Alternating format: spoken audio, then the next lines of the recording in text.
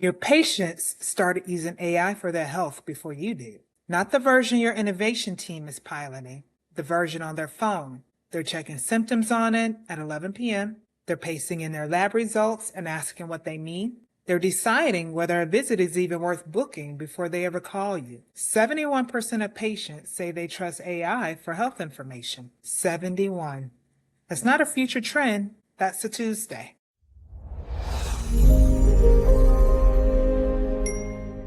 I'm Ebony Langston, the Patient Experience Strategist. I want to reframe the AI question because I think most organizations are asking the wrong one.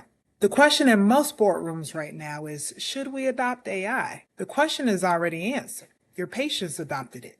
The only question left is what you build around a patient who already shows up informed, already second-guessing, and already used a tool that answers instantly at every hour. Here's the uncomfortable part. The consumer tools are winning on exact signals healthcare keeps losing on. They're available at 2 a.m. They never put you on hold. They remember what you told them 30 seconds ago. They followed up. Whatever else you think about them, they feel accessible and they feel like they know you. That's the bar now. Patients aren't comparing you to the system across town. They're comparing you to the thing in their pocket that answered on the first try. And I want to be clear. This is not a knock on your team. Your people are extraordinary. The tool isn't beating them on care. It's beating them on access and on memory. It picks up instantly. It never makes the patient start over. It never says, let me transfer you. Those are exactly the places your operation makes people wait and repeat themselves. The machine didn't get more caring. It got more available. That's the whole gap. And it's a gap that you can actually close. So the instinct is to race out and buy AI. And this is where I watch organizations walk straight into a trap. Most healthcare AI gets bought to cut costs, reduce call volume, trim headcount, automate the transaction. And when that's the whole strategy, the results are not great. Around 40% of healthcare AI deployments fail. They don't fail because the technology is weak. They fail because nobody thought through the patient journey around them. I'll give you the scene I see the most. A system buys a tool to send a personalized wellness check 24 hours after a visit.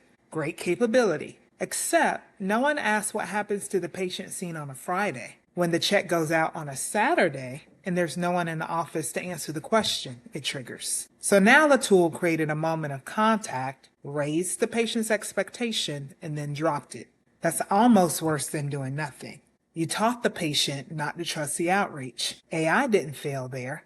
The strategy did. There's a second failure mode, and it's the opposite one. Some organizations see all of this and freeze. They decide AI is too risky, too impersonal, not ready yet, so they wait. And while they wait, their patients don't.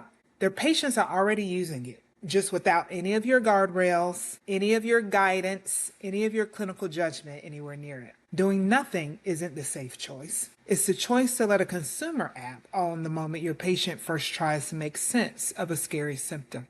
The risk was never only that you'd adopt AI badly. The bigger risk is that you'd cede the relationship entirely and not notice until they'd already dropped off. So let me give you the model I use instead. So when you look at any function and ask what AI should do, with it, there are 3 honest answers. Okay? Automate, augment, amplify. Automate the routine, the appointment reminders, the basic navigation, the password resets, the where do I park. Nobody's loyalty is built on those, and your staff shouldn't be spending their day on them. Hand them to the machine. Augment the human. This is the ambient listening in the exam room that lets a clinician actually look at the patient instead of the screen.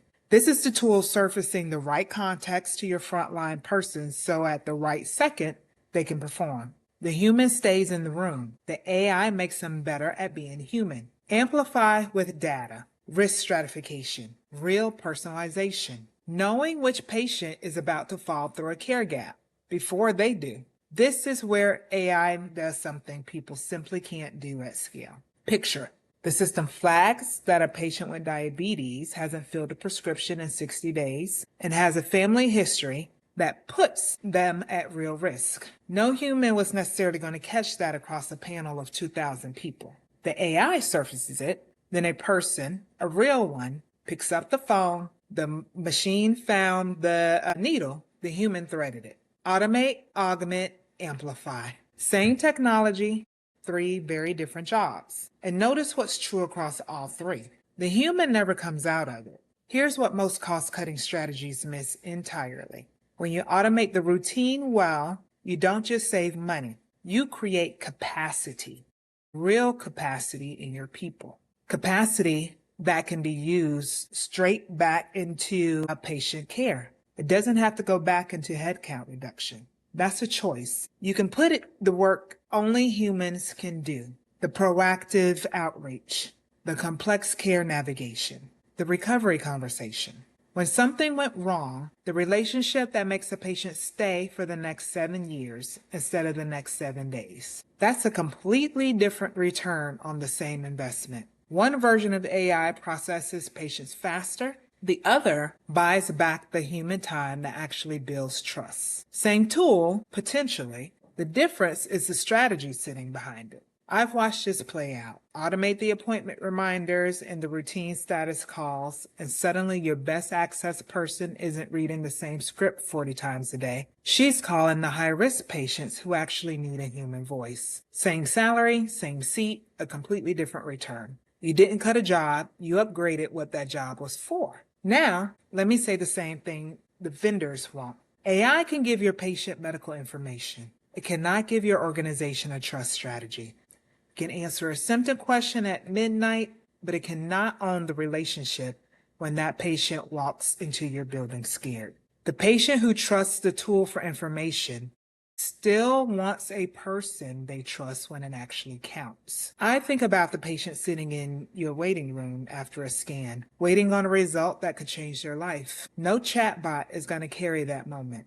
They don't want efficient there. They want a person who knows their name, has their history in front of them, and can look them in the eye. That's not a place to automate. That's the reason the building exists. So the goal was never to out-robot the robots.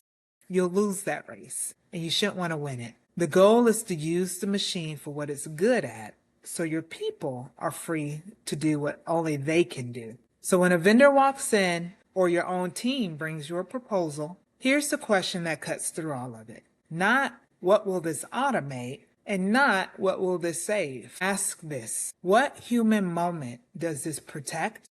And what human moment does it put at risk? If the answer is that it frees your people to spend more time on the conversations that build trust, you're looking at the right kind of AI. If the answer is only that it removes people from your process, you're looking at a faster way to lose patients. Same technology. The question you ask going in decides which one you end up buying. Technology in this layer should make the human moments more dependable, not stand in for them. Trust is the product. The tool is just how you keep your word at scale. Your patients already brought AI into the relationship.